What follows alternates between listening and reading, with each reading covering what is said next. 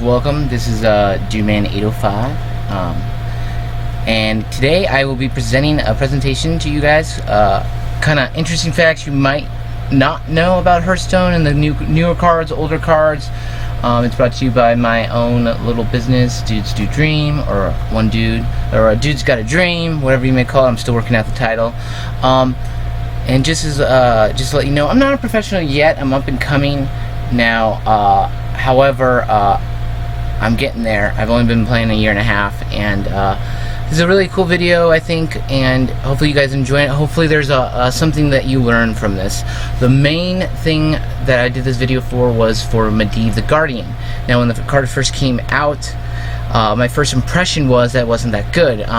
Later to come to find out, by using certain decks and utilizing the card right, actually really one of my newer favorites, legendaries. So let's get started. Alright guys, we'll go to the first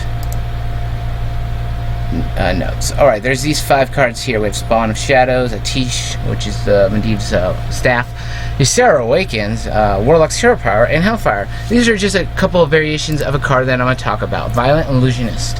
Now, I'm working on a deck. It's in secret right now, in the works in progress, like a Malagos Warlock deck. I call him Magic Malagos. Now, I utilized the card Violent Illusionist in a couple of games. Now, what was very cool is, that's why I put the Warlock's Hero Power. You know, you can use your Hero Power while this card's on the board, get no damage done to your hero. Now, if you get Malagos summoned, Hellfire does 9 damage to all characters. Now, I was wondering now, because the Illusionist dies, do I get the damage done to the hero or not? Comes out, I came to find out that no, you do not. Violent Illusionist keeps your hero immune even though it dies in the process of Hellfire being used, but you do not get that 9 damage. Now that can make or break the difference between winning and losing the game.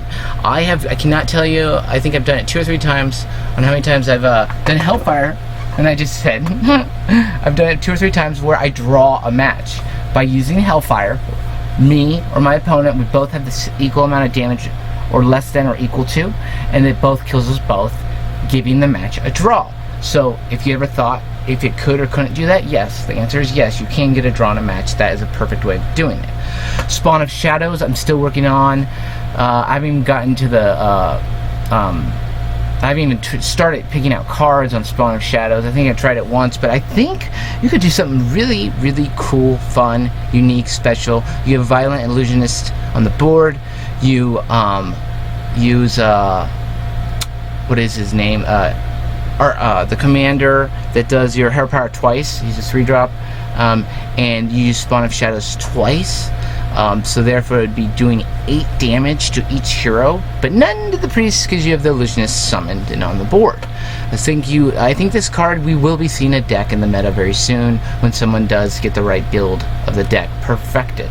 Atish and Illusionist, what was that? I put that there because during this turn your heroes are immune. Oh yeah, weapons. Any and all weapons. I think I just put that there for just to show. You are immune when you attack, so it's perfect for a rogue. Violent Illusionist is perfect for rogue, warrior. It works. Ysera Awakens, it works in that manner too. It deals 5 damage to all characters except Ysera and except your hero, but it will kill your Illusionist, so therefore the next turn you wouldn't be able to be immune anymore. So I don't know, that was just kind of like a neat card. I think this card's got a lot of potential. We've not seen it at its best, not even close to. So moving forward, here we go. Druid class does work. What are we talking about? Slither, Swarmer. Can only attack if your heroes attack this turn. Well, Druid's hero power is what? You know, you guys might be like, duh, and I'm like, well, I didn't know that, you know? I honestly, I overlooked it when the card first came out. I want to talk about it.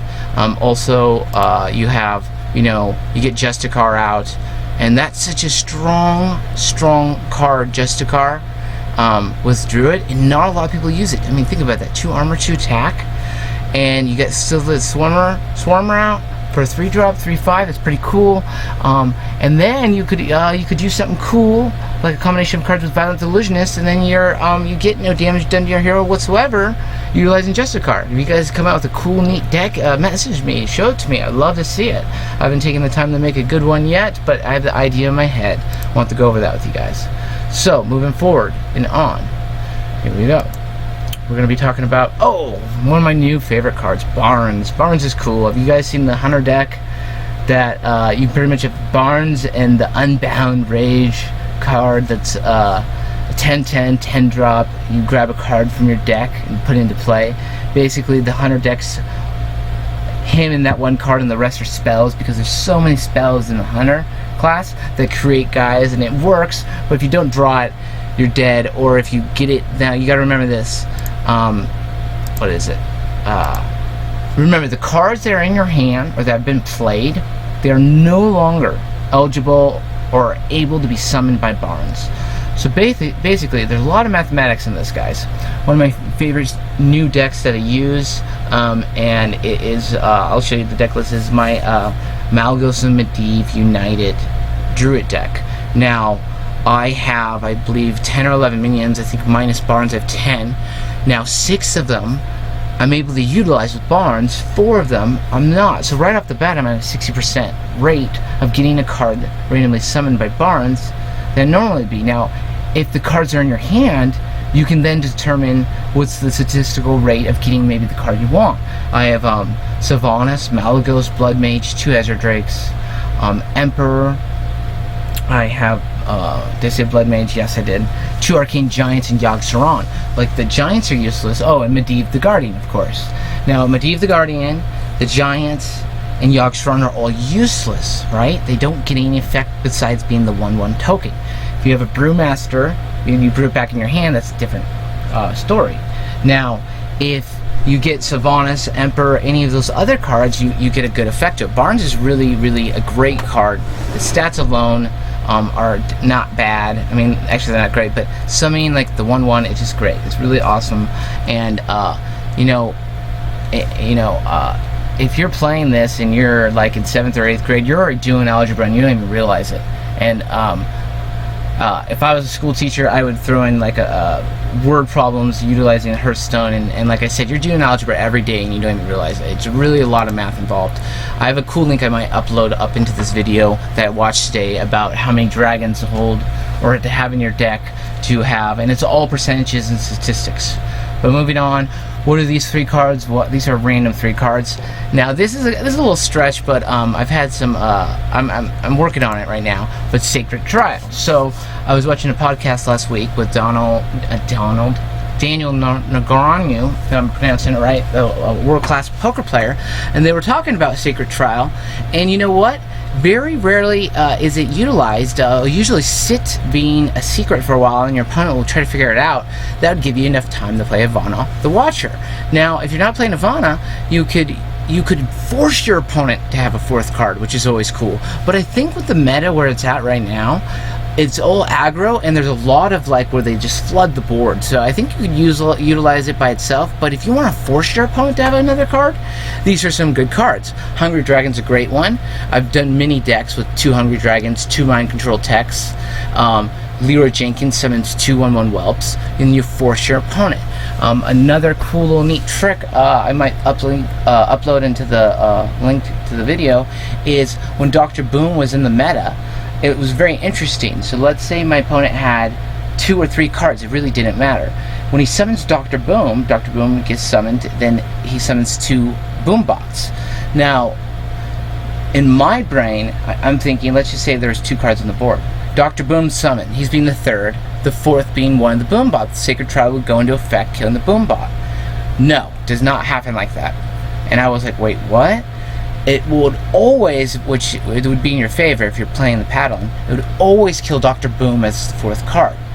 So I'm going to say this again, but a little bit differently. So let's say you have 3 cards. You summon Dr. Boom. Well, no, that doesn't work with 3. Let's say you have 1 card. You summon Dr. Boom. So Dr. Boom goes out, Boombot, Boombot. So the 4th card should be a Boombot. Nope. It kills Dr. Boom every single time. So the Pantry Spider, which is kind of irrelevant, they're both 1/3s, it's going to kill the first Pantry Spider. The Tuskar Tomatic, it's going to kill Tuskar, not the totem it randomly generates. So, I don't know, It's a cool little fact, cool little thing I learned that I want to share with you guys. Moving on. Let's see here. I think, alright. Yes, Ice Mage. How many of you guys hate Ice Mage? Well, I'm raising my hand. I hate Ice Mage. I hate playing Ice Mage. I hate going up against Ice Mage. So I'm going to teach you guys a little trick and tip on how to kill an Ice Mage that's got Ice Block summoned. And that is fatiguing. So let's just say, and I learned this by playing some Asian players. You know, I've been playing late in the morning, and all of a sudden my opponent's name is a bunch of symbols, and he's from Asia. And they actually they play differently than the North American region. And he did this to me one time. Basically, so if your mage is at 2, and he's at the point where he's going to be burning cards, if the fatigue damage that's going to be coming is enough to kill him, the ice block will never go into effect. It does not go into effect. It will automatically kill him every single time. So that is a trick that will win you the game. And so does Explosive Trap, the Hunter's spell card. It works exactly like that. 2 or below, it will kill him. So if you got the Explosive Trap, you want him to set up the trap. Now, if they're like a pro or they play Ice Mage a lot, they know that and they will avoid attacking you. I guarantee you that. But I didn't really know that, so hopefully you guys learned something new. Alright, so to our main event, Medivh the Guardian. And then this is the staff he does summon. If you guys haven't seen this or haven't gotten the new expansion, awesome card.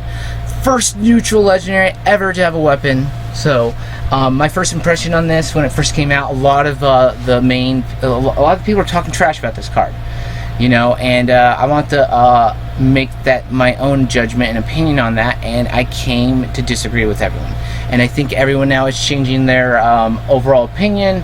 And Medivh the Guardian, to be honest with you, there's certain decks he's not good with, because there's not high cost spells in Shaman or Warrior, or I was trying to make a Medivh paddle and it was a little difficult, a lot of high cost spells, but it's hard to make it work. But like for Mage, awesome.